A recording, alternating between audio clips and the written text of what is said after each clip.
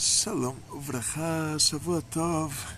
Nossa aula de hoje foi dedicada pelo nosso querido Claudemir no Ilui Neshama, no mérito da elevação da alma da sua querida filha Natália, que faleceu no dia 16 de Kislev, 5781, 2 de dezembro de 2020.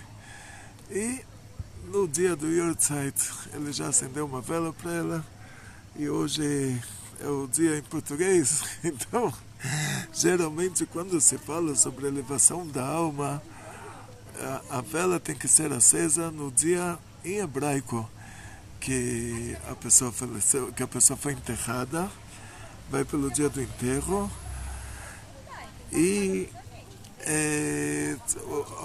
uma dedicação no mérito da alma pode ser feita a qualquer momento, 365 dias por ano. Somente a vela tem que ser acesa no dia do Yortzeit mesmo, no dia do enterro, originalmente. E então ela faleceu no dia 2 de dezembro de 2020. Já se passaram 3 anos. E o tema da nossa aula é, hoje que estamos no dia 19 de Kislev, entrando agora no 20 de Kislev. Agora já é 20 de Kislev, quando Deus criou o mundo. Está escrito Vei Erev Vei Boker Yom Echad. Foi a noite e foi o dia, um dia. O dia começa pela noite, ou seja, na hora que o sol se põe, na hora que saem as estrelas, é o começo já do próximo dia. Sendo que esse horário, entre o pôr do sol e a saída das estrelas, a gente não sabe exatamente em qual instante muda o dia. Então, na entrada do Shabat, você acende as velas do Shabat antes do pôr do sol, mas a Havdalah, a saída do Shabat, é depois da saída das estrelas. Aí nós estamos garantidos de que guardamos o Shabat da maneira correta. E sendo que esses dias de 19 e 20 de Kislev, agora entramos já no 20, eles são os dias que nós comemoramos a libertação do primeiro Rebbe de Chabad. E por que essa libertação foi tão importante? Porque se ela não acontecesse, não teríamos hoje Hassedut Chabad. Ou seja, se o Rebbe falecesse nessas circunstâncias, provavelmente não seria dada a continuidade à metodologia dele. Provavelmente, quer dizer, não é certeza, pode ser que Deus me livre, mesmo se acontecesse o pior, pode ser que seria, mas ele era a pessoa que sabia tudo, ele era a pessoa que ele estava em um nível que não tinha concorrência. E uma coisa muito, muito interessante que nós vamos ver no currículo, vamos ver no histórico do Alter Rebbe, do Rebbe Shneur Zalman de Liadi, do nosso primeiro Rebbe de Chabad, é que ele pegou 60 Sidurim, o livro de rezas, o Sidur. Ele pegou 60 Sidurim da época, ou seja, todos os Sidurim que existiam, todas as possibilidades de Sidur possíveis e imagináveis, de livros de reza judaicos, e ele corrigiu todos. E como pode ser corrigir um Sidur, corrigir um livro de reza, se os Anshei Knesset Agdolá, eles fizeram a reza do Shemoneh Esrei, a reza das 18 bênçãos, que no fim se tornaram, na época da Mishnah, 19 bênçãos, como dá para corrigir um Sidur? E depois a Mishnah, a Gemara, os sábios da Mishnah, o sábio da Mishnah é chamado de Tana, o sábio da Gemara é chamado de Amorá. Depois veio a época dos Maranan Savarim, Geoinim e Rishonim e Acharenim, foram acrescentando partes no Sidur. como pode ser que alguém chega e corrige o Sidur?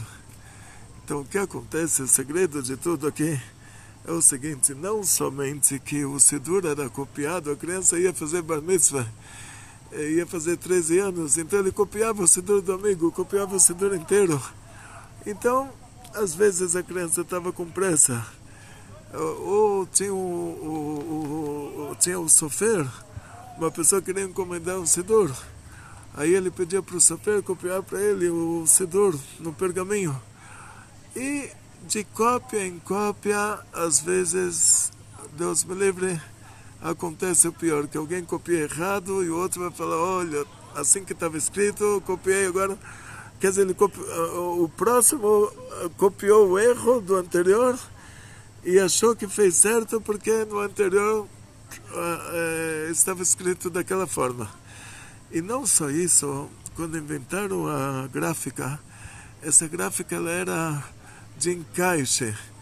Então a pessoa que fazia o encaixe das letras era um bahur, era um jovem, que também às vezes ele encaixava errado. E nós vemos que os livros antigos, realmente, de geração em geração, eles passaram por revisões e muitas vezes os sábios da próxima geração descobriram erros nos livros da geração anterior. O único livro que nunca teve um erro foi o Sefer Torah.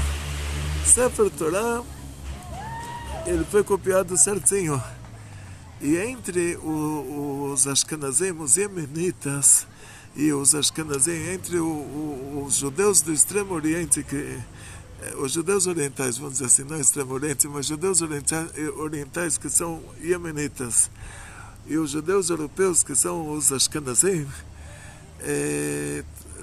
teve uma diferença de uma letra, Ad-Daká, esse Daká, o Maran de Rotenburg diz que tem que ser com Aleph, como no Sefer Torah Esfaradi, e o Ashkenazi escreve com Rei, mas é uma letra e uma palavra que se você ouve a palavra você vai ouvir igual, mas os Sefaradim escrevem com a letra Aleph, essa palavra Daká, e os Ashkenazim com a letra Rei, mas na hora que você ouve a mesma coisa. Então o Sefer Torah, ele teve o mérito de que ele foi sempre copiado da maneira correta, e quando não foi copiado da maneira correta, e aí a gente tem o nosso povo tem uma coisa chamada de Gnizá. Gnizá quer dizer, você não pode destruir o nome de Deus. Então está escrito que Hashem, Deus, ele falou para Moshe Rabbeinu que quando o nosso povo entrar na Terra Santa, vamos ter que destruir todos os deuses que estão lá, todas as estátuas, todas as idolatrias. E todos os nomes, temos que apagar todos os nomes daqueles deuses.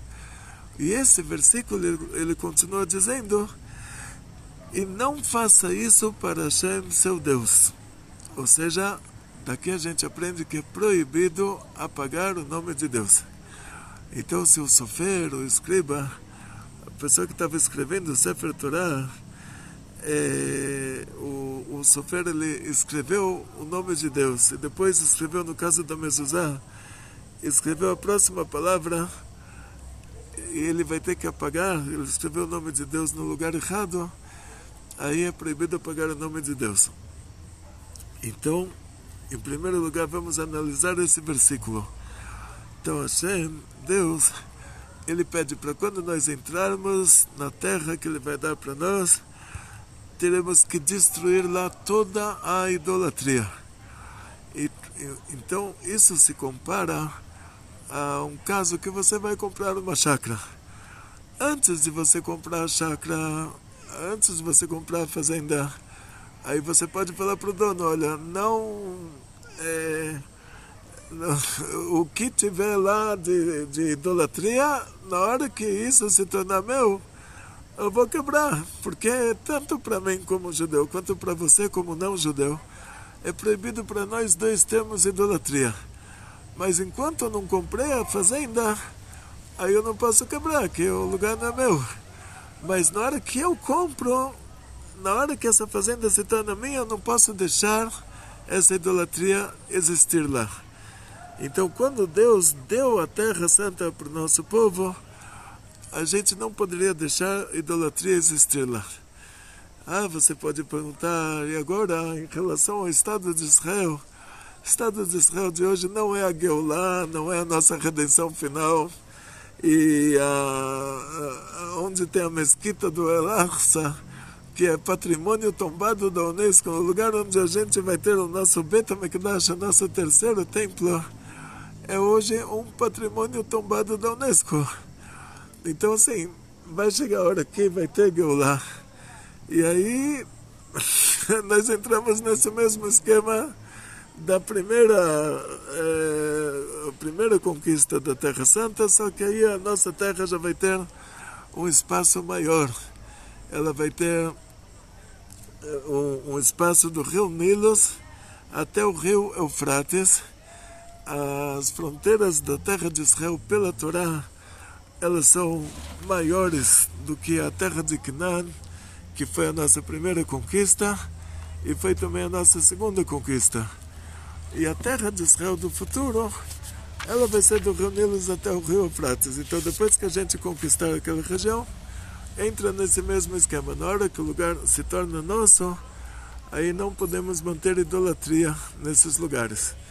Então, quando você compra uma casa, você encontra uma idolatria dentro da casa, sendo que a casa é sua, você não pode manter essa idolatria dentro da casa. Agora, quando a Torá nos conta esse mandamento divino, que você não pode ter na sua propriedade uma idolatria, e se a sua propriedade é a terra de Israel inteira, então na terra de Israel inteira não pode ter idolatria, a Torá nos acrescenta que não faça isso para Hashem, seu Deus. Seja proibido a gente apagar o nome de Hashem. Aí a coisa que foi escrita errada vai para Gnizar. Gnizar, uma caverna, tinha lá um dos exemplos disso, tem os pergaminhos do Mar Morto. O que são os pergaminhos do Mar Morto? Tudo que foi escrito errado, você não pode apagar o nome de Deus. Tem que colocar no lugar que a terra é seca, que ele não se apague. Ou seja, lá no Mar Morto tinha essa caverna que aquilo se manteve por quase 3.000 anos. Por quê? Porque o lugar é seco, não chove, não entra água lá. Então era o lugar ideal para se colocar, fazer essa gnizá, que se chama, fazer esse cemitério de escrituras que foram escritas errado. Aí o que era escrito errado, depois que foi verificado que realmente o sofer, o escriba, ele viajou na maionese, como se diz aqui em São Paulo. Então, aquela escritura, sendo que você não pode apagar o nome de Deus, então você não pode enterrar aquilo, porque enterrando você está apagando o nome de Deus, e então você é obrigado a colocar ela em um lugar que ela se mantenha a vida inteira. A vida inteira quer dizer até a Geulah, até chegar o Mashiach, e já falar exatamente o que se faz com isso. De qualquer maneira, apagar a gente não pode por causa do mandamento da Torá, e os pergaminhos do Mar Morto tinham que continuar naquela caverna do Mar Morto, e apagar a gente não pode. Um dia aquele material se decompõe por si só. Se você não causou isso por meio de enterrar aquilo, por isso que é proibido enterrar, aí você está causando a decomposição. Se você não causou isso e aquilo se decompôs por si só, aí terminou o assunto. O importante é você ter dado a oportunidade daquelas escrituras de continuarem existindo sem problemas. Então, lá era uma gnizá, tudo que foi escrito errado foi colocado lá, e aí depois descobriram os pergaminhos do Mar Morto e fizeram disso um sensacionalismo, como se vai saber descobrir o pergaminho certo. Quer dizer, descobriram o errado e acharam que descobriram o certo, e acharam que o nosso era o errado. De qualquer maneira, o Alter Rebbe fez isso para 60 sidurim. E ele tinha um sidurim que estavam escritos poemas judaicos muito lindos em lugares que é proibido falar no meio da reza. Por mais que o poema fosse lindo, por mais que o sofer ele achou que ele colocando aquele poema lá seria uma coisa muito linda, mas aquele lugar é um lugar que você não pode falar. Então, essa categoria de coisas, o Alter Rebbe, ele peneirou 60 sidurim, 60 livros de reza, ele tirou todos os erros que eles tinham, e ele fez um novo livro de rezas, esse novo Nusach, esse novo roteiro de rezas, é chamado de Nusach Arizal, que ele fez esse roteiro de rezas de acordo com as escrituras do Arizal. E é claro que isso naquela época deixou os rabinos da época também boquiabertos, vamos dizer assim, deixou eles espantados, porque todo mundo está acostumado a isso. Uma coisa já chegou para você assim, tipo, nós temos problemas com a menorá. Se você vê as medidas da menorá, as medidas do candelabro do Bet HaMikdash, na Torá, elas são medidas retas. Por causa que você não pode fazer uma cópia exata do candelabro do Bet HaMikdash, quer dizer, com 7 braços e reta. Se você faz uma Hanukkah assim, já tem 8 braços, já não é uma cópia exata, então é permitido. Mas se você fizer uma cópia exata da menorá do Bet HaMikdash, é proibido fazer isso. Tem um mandamento na Torá que é proibido você copiar exatamente um artigo do Bet HaMikdash. Daquelas coisas que a gente pediu para fazer, tipo aquela mesa com lechem apanim, aquela menorá, aquela arca, a gente não pode fazer uma cópia exata dessas. Os Kohanim, os sacerdotes que trabalhavam no Bet HaMikdash, eles sabiam que iria chegar uma hora que os romanos iriam entrar no Bet HaMikdash e saquear o Bet HaMikdash. Então eles fizeram uma cópia da menorá, só que essa cópia da menorá não poderia ser reta, então eles fizeram redonda, para não ser exata. E eles fizeram de uma maneira que você pode ver que não tem os copos de cabeça para baixo, não tem os botões, o botão de flor. Eles fizeram para te mostrar, olha, essa aqui não é a menorá do Bet HaMikdash. Você pode usar ela para iluminar o caminho aí, mas não. E os romanos colocaram essa figura no arco de Titus, e o que aconteceu na prática, que muitos arquitetos da época, ou pessoa que estudava engenharia, estudava arquitetura, essa pessoa geralmente não era um judeu, e quando o rabino convidava o arquiteto para fazer a planta da sinagoga, para construir a sinagoga, ele tinha como referência a menorá do arco de Titus, que não é verdadeira, assim, é uma cópia errada intencionalmente, porque é proibido fazer uma cópia certa, e as tábuas da lei do Michelangelo, que são arredondadas em cima também, coisa bem de católicos mesmo, não é da nossa cultura. Na nossa cultura, as nossas tábuas da lei, elas são 2 cubos quadrados, exatamente quadrados, um ao lado do outro. Vai ter uma opinião que vai te falar 2 meio cubos que unidos se tornam um cubo só, mas de acordo com as 2 opiniões, a medida é quadrada, não é medida redonda. Então, redondo era o Michelangelo, que fez um trabalho para o Papa, e ele fez arredondado, assim como redondo, assim. Aí, o que acontece na prática? O doador foi doar a sinagoga, e claro que o rabino não teria dinheiro para construir a sinagoga, mas aí o doador já trouxe o arquiteto, e o arquiteto ele usou esses temas judaicos que ele achou que era muito lindo, e a comunidade recebeu a sinagoga como doação, e o rabino nesse caso, não fez disso. O importante era que alguém construísse a sinagoga, o importante não era a decoração. Só que eles não prestaram atenção em um detalhe, que a fonte dessa menorá redonda é um lugar onde humilhavam os judeus, levavam os judeus para o arco de Titus para humilhar eles, para falar, olha, tá vendo, vocês foram derrotados. E a fonte aqueles 10 mandamentos, aquelas tábuas da lei, era a Igreja Católica, o Michelangelo.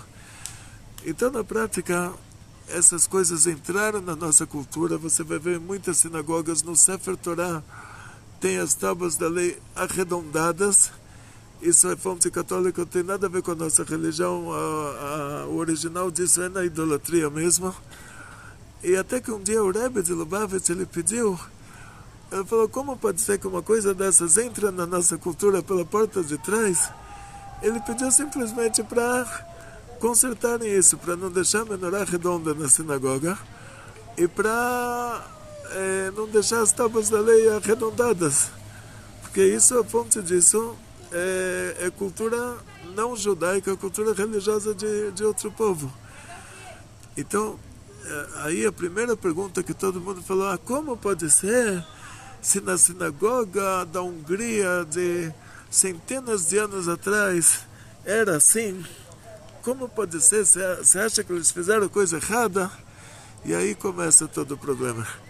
Ou seja, eles não se importaram com isso, porque o rabino teve um alívio que alguém construiu a sinagoga e não se importou muito com a decoração, não prestou atenção. O rabino não teria como saber que no Vaticano, o rabino na Hungria, que ele nasceu lá, estudou Torá, ele nunca fez um turismo para a cidade de Roma. Ele não teria como saber que no Vaticano você teria essas tábuas da lei redondas. Ele não teria como saber que lá em Roma tinha um arco de Titus com a menorá redonda. Quer dizer, ele achou que o arquiteto fez uma arte moderna lá para a época deles. Ele não imaginou que a fonte disso era a idolatria. Eles não tinham acesso, não tinham como viajar para lugares assim. Imagina um judeu religioso na Hungria de centenas de anos atrás fazer uma viagem para Roma. Eles não fariam isso por motivos religiosos. Não entrariam no Vaticano por motivos religiosos.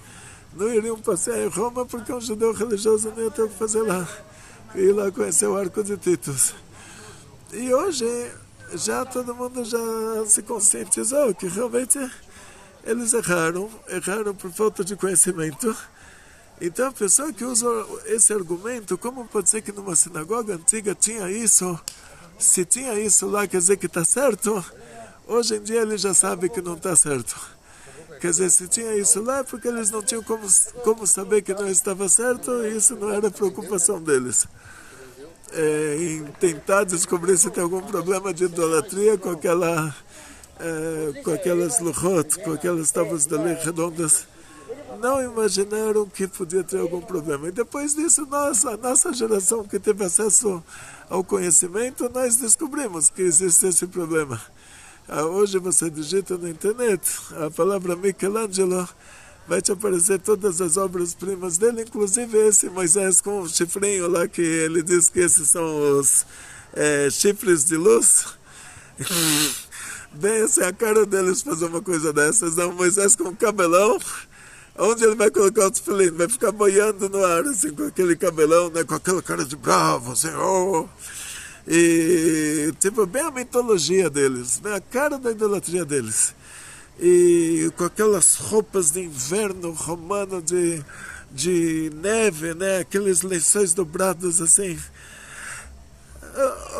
Um filme de terror, em outras palavras. Mas hoje você tem acesso a isso. E centenas de anos atrás não tinham acesso a isso.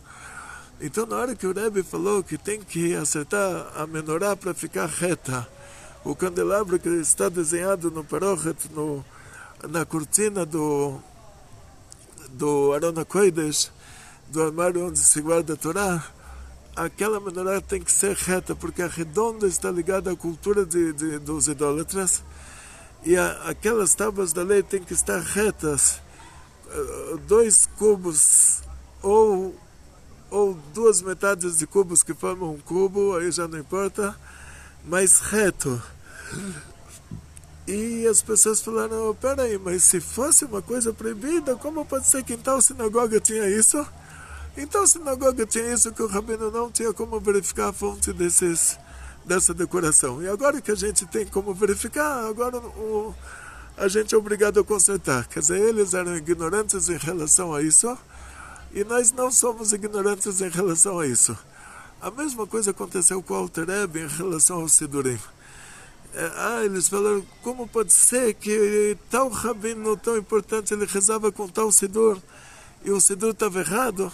Estava errado. O Alter Rebbe, ele era um gaon, ele sabia muita coisa, ele estava num nível de sabedoria fora do normal, e ele verificou todas as escrituras do Arizal, ele verificou todos os Sidurim, ele verificou tudo que o Shulchan Aruch fala sobre reza, todas as escrituras judaicas falam sobre reza, e ele descobriu muitos erros, e a fonte desses erros tem duas fontes sempre.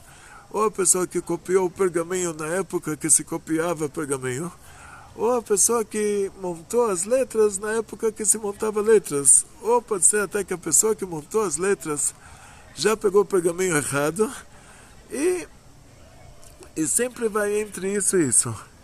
Então ele corrigiu o Sidur, ele pegou 60 Sidurim, descobriu, eram todos os Sidurim, os livros de reza que existiam, 60 tipos diferentes de livros de reza, que eram todos os livros de reza que existiam naquela época, e ele fez uma correção, ele fez um novo livro de reza, que esse é o livro de reza que a gente usa hoje no Chabad, que ele se chama Nusach Arizal. O Nusach, o roteiro de rezas do Arizal. E não somente isso que o Alter Rebbe consertou, o Baal Shem Tov, ele recomendava não estudar Kabbalah. Porque na hora que a pessoa começa a estudar Kabbalah, se é uma pessoa normal, uma pessoa simples, ele começa a materializar os conceitos espirituais. Então está escrito que Hashem fez um tzimtzum. Tzimtzum quer dizer uma retração. Ele não entende que isso é uma ocultação. Ele imagina, olha, Deus fez um espaço que não tem Deus. Espera aí. Então vamos analisar isso. Se Deus é infinito, Deus está em todo lugar. Então se existe um lugar que não há Deus, Deus já não é mais infinito, ele já não está mais em todo lugar. Então ele já não é mais Deus. Então o que acontece? Por que no banheiro você não pode pensar em Torá e na sinagoga você tem que pensar em Torá? Você não pode perder o tempo na sinagoga vendo noticiário, vendo outras coisas, você tem que somente estudar a Torá. Porque no banheiro a revelação divina está tão oculta, mas tão oculta que é como se não tivesse lá Deus, mas é um como se. Mas Deus está em todo lugar, mas a ocultação divina num lugar é considerado um banheiro, um lugar que tem as coisas que são feitas lá, que elas se encontram lá, quer dizer, o banheiro da Torá onde a pessoa fez, aquilo está lá, está enterrado, mas está lá, tipo, virou esterco do jardim. Então isso que é chamado de banheiro pela Torá. O nosso banheiro, que você baixa a descarga, é um banheiro provisório, tipo, a gente não pode pensar um Dvar Torá dentro dele também, mas não é tão grave quanto aquele banheiro da Torá que as coisas se encontravam lá. O que a pessoa fez, estava lá, quer dizer, só cobriu com um pouquinho de areia, mas continuou lá. Então, o que acontece na prática é que Deus está em todo lugar. Mas tem lugares que a revelação divina está maior, tem lugares que a revelação divina está totalmente oculta. Então, Baal Shem Tov, ele era contra o estudo da Kabbalah, porque ele dizia assim, a pessoa que vai estudar diretamente a Kabbalah, ele vai ver que Deus fez um tzimtzum, Deus fez um lugar que não tem Deus. E a pessoa não vai entender que Deus continua naquele lugar, mas de maneira oculta.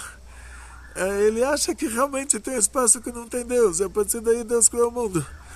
Então, o Baal Shem Tov, para resolver esse problema, ele desenvolveu uma nova matéria judaica, uma nova linha de estudos, que ele pegou esses conceitos cabalísticos e começou a explicar isso de uma maneira didática que nós possamos entender. E essa nova categoria de estudos foi chamada de Hassidut. Ou seja, o que é Hassidut? Hassidut são os conceitos cabalísticos explicados didaticamente ao nosso nível. Aí a gente consegue entender, a gente não materializa os conceitos, a gente desmaterializa os conceitos. E junto com isso, na hora que a pessoa reza, ele sabe que ele está rezando para Deus. E uma vez eu fiz uma prova para meninos de 13 anos de idade, que eles passaram do Heider, da escola que eu dava aula, para a Yeshiva Ktaná, já entrariam na Yeshiva. E eu pergunto para o menino, me fala, na hora que você fala Shema Israel Hashem, você fala Deus, o que você pensa nessa hora? Aí o menino falou, me ensinaram que Deus é infinito, então eu imagino uma coisa comprida, e que Deus não tem forma, então essa coisa comprida é totalmente disforme. Ele imagina Deus assim, uma coisa comprida, que nunca termina, e totalmente sem forma. Aí eu falei, olha, a idolatria pior do que essa não pode ter. Aí o outro menino, pergunta para ele, você fala Shema Israel Hashem, o que você pensa nessa hora? Você falou o nome de Deus. Ele falou, imagina um velhinho atrás de uma nuvem e dizendo, eu sou Hashem, seu Deus. Eu pergunto, por que tem que ser velhinho? Ele falou, porque Deus, ele estava antes de todo mundo, então com certeza ele está bem velhinho. Eu falei, Deus me livre, mais uma idolatria, mais uma idolatria. E como ele está lá atrás da nuvem, ele não cai, é um velhinho, coitado. De qualquer maneira, aí depois eu ensinei eles o que é certo. Você, em primeiro lugar, quando você abre um Sidur, você abre o livro de rezas, você tem que imaginar o seguinte, Deus é a essência do bem, é a natureza do bem é fazer o bem. Então você está em boas mãos. Agora que você começou a rezar, agora você está em boas mãos, você chegou no melhor lugar do mundo. Você agora está falando com Deus, que é a essência do bem, é a natureza do bem é fazer o bem. E por que você não pode imaginar? Porque tudo que você imaginar está errado. Então, uma vez eu dei um exemplo. A pessoa foi passar as férias num lugar paradisíaco. Foi lá para Indonésia, Malásia, lá para umas praias no Oceano Índico. E depois ela voltou e ela se encontra com uma pessoa que nasceu cega, que nunca viu nada. E ela começa a contar para essa pessoa que ela estava lá na Indonésia, na Malásia, e judeus lá ela não viu porque não tem, lá não tem comunidade judaica nenhuma, dois lugares no mundo que não tem Beit Chabad, com certeza é Indonésia e Malásia. E a Malásia ainda que é um país antissemita sem que tenham judeus lá, eu não sei como eles conseguem expressar o antissemitismo deles. Mas, de qualquer maneira, são países assim, em matéria de natureza, eles são paradisíacos. Então ele está contando agora sobre a viagem que ele fez para essa pessoa que nasceu cega. E ele fala, olha, e tinha lá um coqueiro com folhas verdes e o tronco marrom. E a pessoa começa a imaginar preto, mas preto igual preto, eu já estou imaginando o tronco marrom. Preto, mais preto igual a preto, já estou imaginando a forma das folhas, e já estou imaginando que as folhas são verdes. E ele conta que o mar lá é transparente, os peixes, tinham peixes vermelhos e amarelos, e a pessoa lá, preto, mais preto igual a preto, já imaginei o mar transparente. Preto, mais preto igual a preto, já imaginei os peixes amarelos e os peixes vermelhos. E no final você pergunta para essa pessoa, você conseguiu imaginar tudo que eu te contei? Ela vai falar, claro, imaginei tudo. Então você fala para ela, de tudo que você imaginou, só tem uma coisa certa, que tudo o que você imaginou está errado. Então, em primeiro lugar, quando você abre o Sidur, você tem que saber assim, Deus é a essência do bem, você está em boas mãos. E não temos como imaginar mais do que isso, não temos como imaginar o que é Deus, porque tudo que a gente vai imaginar vai ser material, mais material igual a material, já imaginei, é Deus. Material mais material igual a material, quer dizer, se você imagina Deus, você está limitando, você está colocando Deus dentro de limites, e isso já é idolatria. Então a gente não tem que imaginar, a gente tem que imaginar, Baruch Hashem, estamos em boas mãos. Isso é o principal. Não temos que imaginar o que é Deus, temos que saber que Deus é a essência do bem. E tudo que você vai pedir para Ele agora, você está pedindo para alguém bom. Isso que a gente tem que imaginar. E porque eu não recebi, talvez isso fosse me prejudicar, talvez não é a hora de eu receber isso. Nós vemos assim, pessoa que Deus me livre, ganhou na loteria, ganhou milhões, e depois foi sequestrado, e Deus me livre, ou seja, talvez não é a hora que a pessoa tem que receber isso, então ele pede para Hashem, ele não recebe, ou talvez para ele receber o que ele precisa, ele tem que justificar no tribunal divino, que por que ele vai receber isso, e outra pessoa que se comporta exatamente como ele não vai receber isso.